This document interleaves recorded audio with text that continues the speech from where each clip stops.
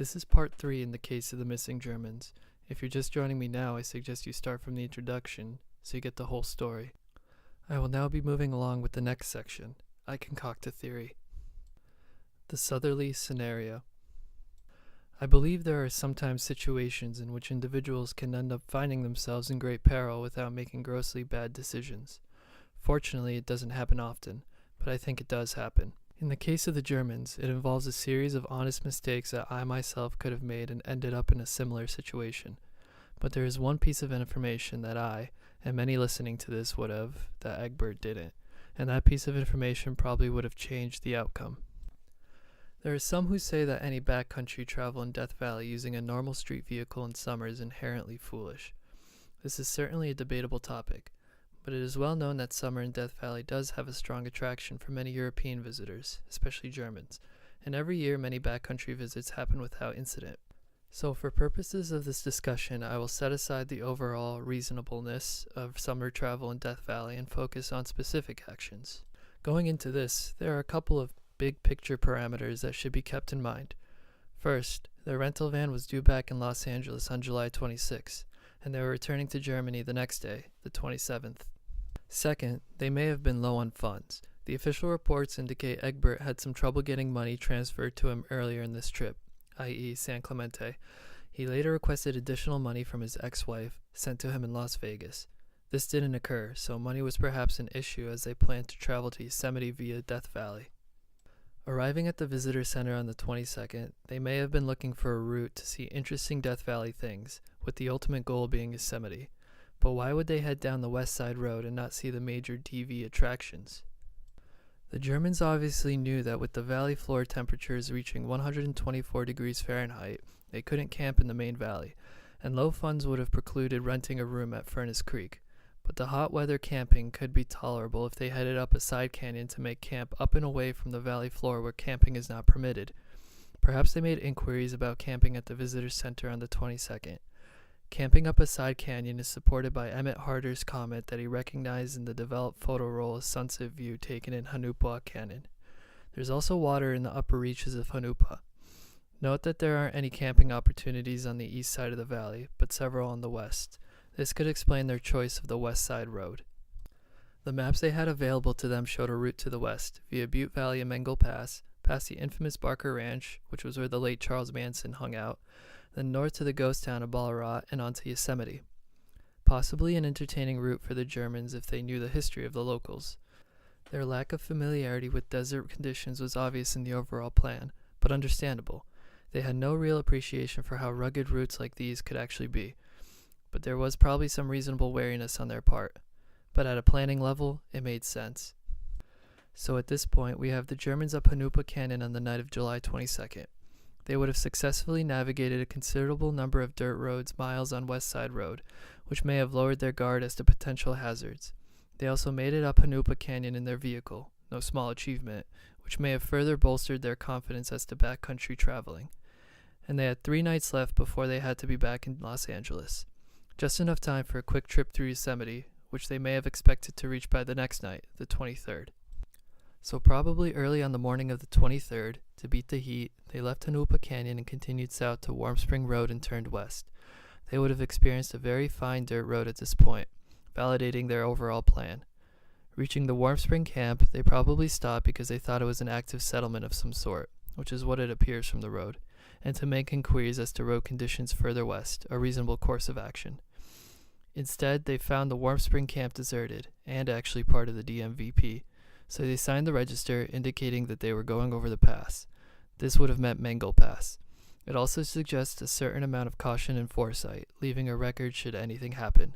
Again, reasonable actions. Continuing westerly toward Butte Valley, they encountered their first sections of truly questionable two-wheel drive road. These segments would have been quite challenging, but aren't too lengthy. If Egbert was skillful enough to traverse them and had taken out the collision damage waiver on the van, he might have been put back at ease when reaching the relatively benign portions of road inside of Butte Valley. But by now, they would have invested considerable time getting in there, thus the pressure to continue westward would have mounted. Coming upon the stone cabin, it again would have looked like someone's home. It would be reasonable for them to stop and make another attempt to inquire about road conditions, but when doing so, found it empty in the cabin part of the park system. So on they continued. As they approached Mengel Pass, it would have become apparent their vehicle was incapable of continuing. There was probably some foot scouting of the route, but it was obvious that they had to turn back. Now there was a problem. At this point, it was probably late afternoon. Via Warm Spring Road, it would have taken at least 2 hours for them to return to the paved road in the valley, and it was going opposite the direction they needed to go. The clock was working against them if they wanted to see Yosemite and be in LA on the 26th. Plus, they already knew how bad portions of the road were between Butte Valley and Warm Spring and could not have been looking forward to traveling over those segments again. However, their pamphlet offered an erroneous alternative, apparently shorter route back down the valley in the form of a road down Anvil Canyon. Although one should always be wary of the devil you know versus the devil you don't, it may have seemed a reasonable gamble. After all, they could always turn around and if it got too bad and use Warm Spring instead, couldn't they? So now it's late afternoon on the 23rd, and the Germans returned to the intersection at the stone cabin and turned right onto Anvil Canyon Road. This intersection is so obvious it's highly improbable they got confused and accidentally turned down Anvil Canyon. Striped Butte is both a massive landmark and guidepost, showing the way in and out of Butte Valley. The turn onto Anvil Canyon Road was likely premeditated and reasoned, and the first 1 to 1.5 miles until the mouth of the canyon are quite fine, validating their choice and perhaps lowering their guard. And even the portions after passing into the north of Anvil Canyon are reasonable, for a while. But then Egbert would have quickly discovered he was driving more in a wash than on a road, and if you're used to driving a rear-wheel drive vehicle, although the van was a front-wheel drive, and you come upon a sandy area, what do? You keep up your speed at all costs, i.e. you drive like hell. The need to keep moving fast at a fast speed, plus the desire to get back to the main canyon ASAP likely contributed to driving much too fast for conditions, especially given their low-slung vehicle. It was only a matter of time until rocks started taking out the rear tires, but given the front-wheel drive aspect of the van, they may have been slowed but could still keep moving forward. Most people who have been in that uncomfortable situation know that if you stop, it's difficult or impossible to get started again, so whatever you do, don't stop. After over 2 miles of successful but no doubt frightening travel, the Germans misjudged a road fork and went right when the road would in fact veer left, thus sealing their fate. This put them in a right-side tributary of the Wash. It appears they realized this and tried to cut back left to join the main road, or what passed for it, and got stuck in the sandy, gravelly area in between. Given the nature of the Wash, use of a compact spare would not have provided much with benefit, what with other 2 flat tires. At this point they entered into a survival situation, but may not have fully appreciated the fact. The temperature, which peaked that day on the valley floor at 124 degrees, was maybe 104 at their elevation, at this late time in the day. Hot, but not necessarily lethal. Their main concern might have been suddenly realizing they needed to have their van back in LA in just a few more days and meet their flight. They clearly needed to find someone to help them extract their vehicle.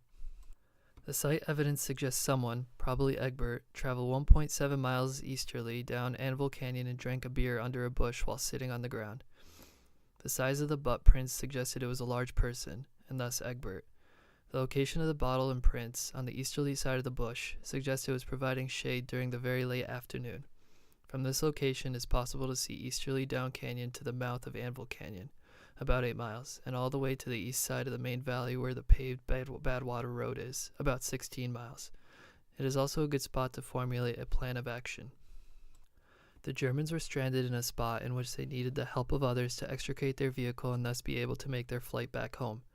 Given the information available to them, where could they best find it? It is likely they had gone the entire day without seeing another human, so their entry route offered little hope of others. In examining their maps, Ballarat was many miles away, and with unknown services. Furnace Creek, with everything they needed, was far to the north, out of their reach. Even the paved Badwater Road on the valley's east side had only intermittent traffic and was in a zone of lethal heat. But there was another possibility. Remember that the Germans were new to the desert southwest and unfamiliar with things that to some of us are so obvious we don't even realize we take them for granted.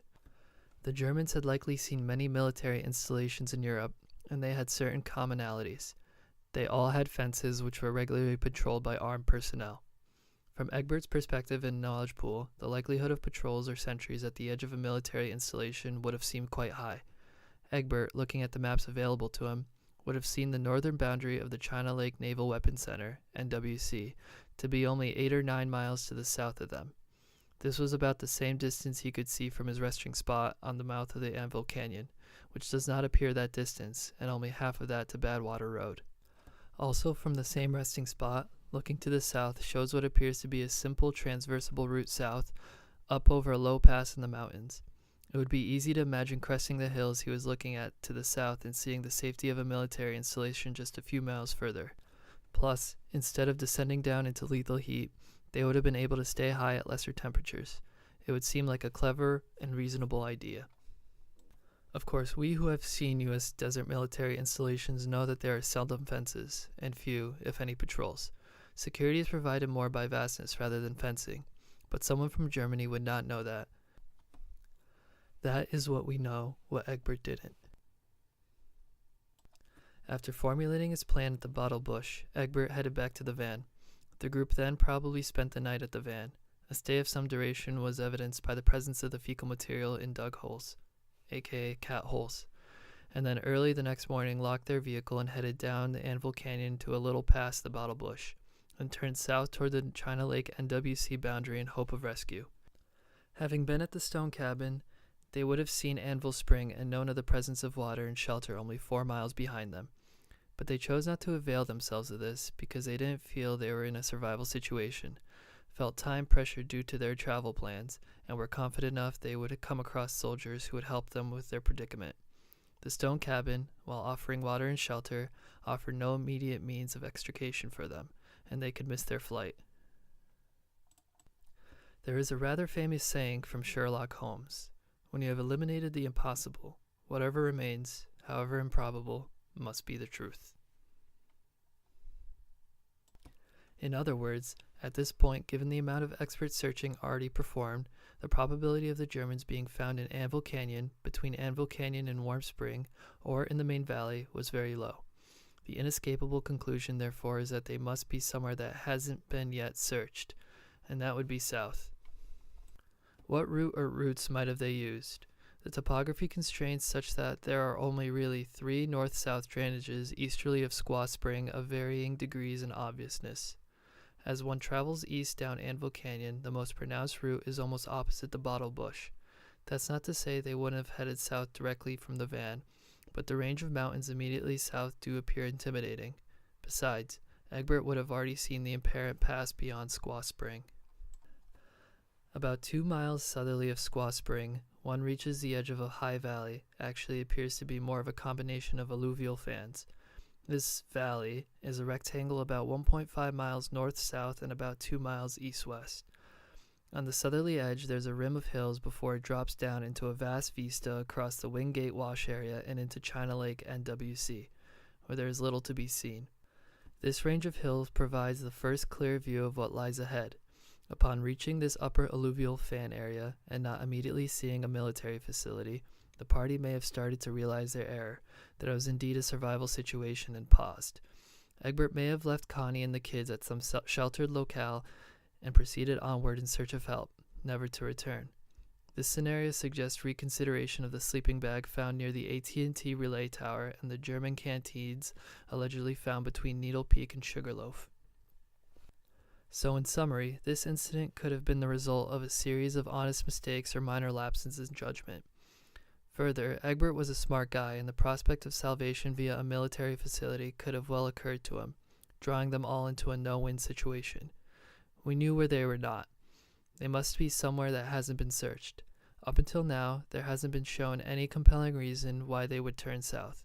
It looked like it was time to have a closer look in that direction.